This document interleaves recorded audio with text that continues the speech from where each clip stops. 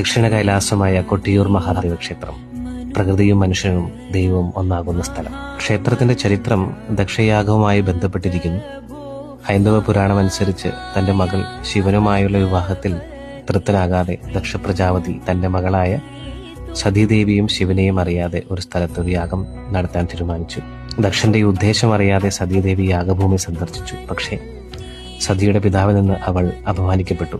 വേദനിക്കുകയും അപമാനിക്കുകയും ചെയ്ത അവൾ തന്റെ യോഗശക്തി കൊണ്ട് ആത്മാഹുതി ചെയ്തു. ഈ പ്രവൃത്തിയിൽ അസ്വസ്ഥനും രോക്ഷാകുലനുമായ ശിവൻ വീരബദ്ധനായി താണ്ഡവ നൃത്തം ആടുകയും ദക്ഷനെ ചിരശ്ചിതം ചെയ്യുകയും ചെയ്തു. ആ സമയത്ത് ശിവന്റെ ജട വന്ന് വീണ ഒരു സ്ഥലമാണ് കൊട്ടിയൂർ മഹാദേവ ക്ഷേത്രം എന്നറിയപ്പെടുന്നു.